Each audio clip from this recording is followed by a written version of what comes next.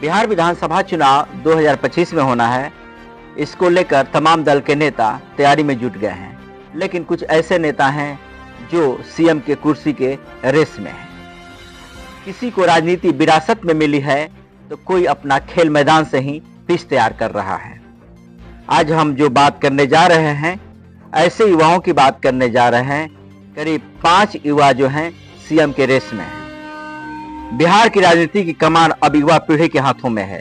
तेजस्वी प्रसाद यादव, चिराग पासवान, संतोष सुमन, मुकेश सहनी और प्रशांत किशोर, यानी 5 नेता ऐसे हैं जिनका कद तेजी से बढ़ रहा है। इन 5 नेताओं में तेजस्वी यादव, चिराग पासवान और संतोष सुमन ऐसे नेता हैं जिन्हें राजनीति में विरासत मिली है, यानी इन लोगों ने किसी प्रकार का कोई मेहनत नहीं किया है। कहा जाता है कि जब कोई पार्टी तैयार होती है तो कार्यकर्ता जो है झंडा से लेके डंडा तक ढोते हैं और इसके साथ साथ दरी भी बिछाने का काम करते हैं, लेकिन ये नेता ऐसा नहीं किया है और इनको थोड़ा भी दर्द भी नहीं है कि आखिर जब हम सीएम के रेस में हैं तो फिर बाकी नेताओं का क्या होगा, जो बाकी कार्यकर्ता हैं उनका क्या होगा, वो कहां जाएंगे और किसके लिए मेहनत करेंगे। और यही कारण है कि तमाम दल की हम बात करें तो कभी आज इस दल में हैं तो कल उस दल में चले जाते हैं, कारण कि उनको कुर्सी नहीं मिल पाता है। तेजस्वी यादव क्रिकेट छोड़ राजनीति में आए हैं। चिराग पासवान फिल्म दुनिया छोड़कर वो भी राजनीति में आए हैं। संतोष सुमन गया कॉलेज में असिस्टेंट प्रोफेसर थे, वो भी टीचिंग का काम छोड़कर राजनीति में आए। मुकेश सहनी में आने से पहले मुंबई में फिल्मों के सेट बनाते थे। प्रशांत किशोर पार्टियों के लिए चुनावी रणनीतिकार काम कर रहे थे।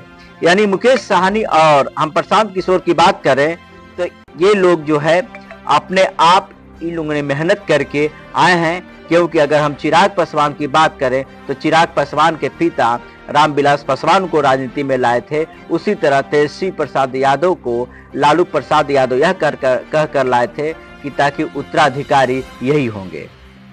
भले यह पार्टी दावा कर ले कि हम परिवारवादों की बात नहीं करते हैं, लेकिन साफ जिस तरह परिवारवाद की बात हो रही है, आरजेडी हो या रामविलास पासवान की पार्टी हो, तो ये स्वाभाविक है कि परिवारवादों से जकड़ा हुआ है। लेकिन यहाँ की जो बिहार की जनता है, बिहार की जनता भी वैसे लोगों को ही चाहती है। बिहार की जनता को विकास से कोई मतलब नहीं है, उनको मतलब है जाति पाति से। और यही कारण है कि आज हमारा बिहार जो है पूरी तरह से डेवलप नहीं हो पा रहा है। अगर हम यहाँ के युवाओं की बात करें तो आज भी युवा जो है बेरोजगारी के कगार पे हैं और रोजगार के लिए अन्य प्रदेशों में पलायन करते रहते हैं। कोई भी दल की पार्टियां हों, अब ऐसी हो गई है कि कोई किसी को रोजगार नहीं दे पा रहा है, वादा जरूर कर रहा है। अब तेजस्वी यादव जिस तरह अपना प्रचार प्रसार कर रहे हैं और जिस तरह अपना उन्होंने प्रथम यात्रा निकाली थी और उस यात्रा में कहा था कि हम 200 यूनिट जो है बिजली फ्री देंगे जब हमारी सरकार आएगी, तो सवाल यह खड़ा होता है तेजस्वी यादव जी, आपकी सरकार नीतीश के साथ भी रही है, तो आखिर आपने उस 200 यूनिट बिजली फ्री क्यों दी, अब क्यों वादा कर रहे हैं? आप भी तो डिप्टी सीएम थे, आपका अधिकार था उसमें देने के लिए, लेकिन आपने नहीं दिया। जनता को ये सब नेता जो है बेवकूफ समझते हैं और यही कारण है कि जो है जनता सोचती है कि एक बार मौका हम देते हैं। जब एक बार मौका जनता देती है तो 5 साल पीछे चली जाती है। वादे पर वादे, वादे पर वादे होते रहते हैं, लेकिन वादा पूरा नहीं होता है। कारण कि वादा इसलिए करते हैं कि जब 200 यूनिट यदि हम बिजली फ्री कर देंगे तो स्वाभाविक है कि जनता जो है हमें वोट करेगी और हम सीएम के हकदार होंगे। खैर, बात जो भी हो, राजनीति है, लेकिन ये जो है चुनाव आने वाला है और चुनाव में स्वाभाविक है कि नेता अपना अपना दावा करते हैं। ये 5 नेता अपने अपने तरीके से विधानसभा चुनाव में अपनी ताकत दिखाने के लिए अपनी रणनीति पर काम कर रहे हैं। लक्ष्य बिहार की सत्ता हासिल करना या उसमें महत्वपूर्ण भागीदार बनना है। इन सभी में राजनीतिक रूप से सबसे ताकतवर कौन है, यह 2025 में जनता तय करेगा। लालू यादव कई बार ये साफ कर चुके हैं कि तेजस्वी ही उनकी राजनीतिक विरासत के असली वारिस हैं। तेजस्वी ने उनकी इस विरासत को संभाला भी है। 2020 के विधानसभा चुनाव में आरजेडी सबसे बड़ी पार्टी बनकर उभरी। लेकिन ये सरकार नहीं बना पाई। उनके महागठबंधन की पार्टी कांग्रेस का परफॉर्मेंस काफी खराब रहा और तेजस्वी सीएम की कुर्सी पाने से चूक गए। 2014 और 2022 में वे नीतीश कुमार के साथ सरकार में रहे और डिप्टी सीएम बनाए गए। 2024 के लोकसभा चुनाव में महागठबंधन ने 9 सीटें हासिल की। इससे पहले 2019 में महागठबंधन एक किशनगंज की सीट जीत पाया था। कांग्रेस वहां से जीती थी। इस लिहाज से 2024 में महागठबंधन की जीत बड़ी थी। तेजस्वी ने कुछ दिन पहले कार्यकर्ता संवाद यात्रा का पहला चरण पूरा किया।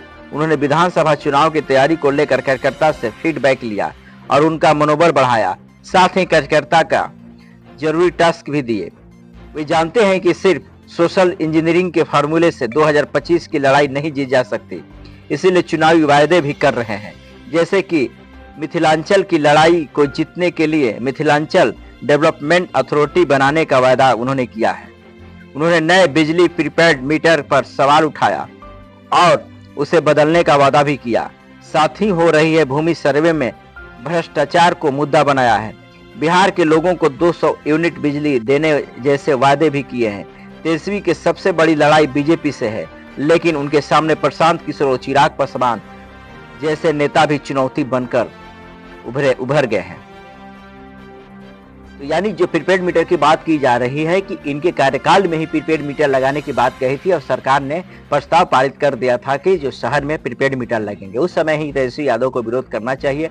बहरहाल उन्होंने विरोध नहीं किया, लेकिन चुनावी मैदान में जिस तरह लोग अभी तो कूद नहीं पाए हैं, लेकिन जिस तरह चुनावी मैदान को मजबूत करने के लिए जिस तरह यात्रा अपना निकाल रहे हैं और कई तरह का वादा कर रहे हैं, और इस वादे पे जो है जनता कितना खरे उतर पाएगी कहना मुश्किल है। लेकिन अभी 2025 बाकी है और नेता जो है तमाम मेहनत कर रहे हैं।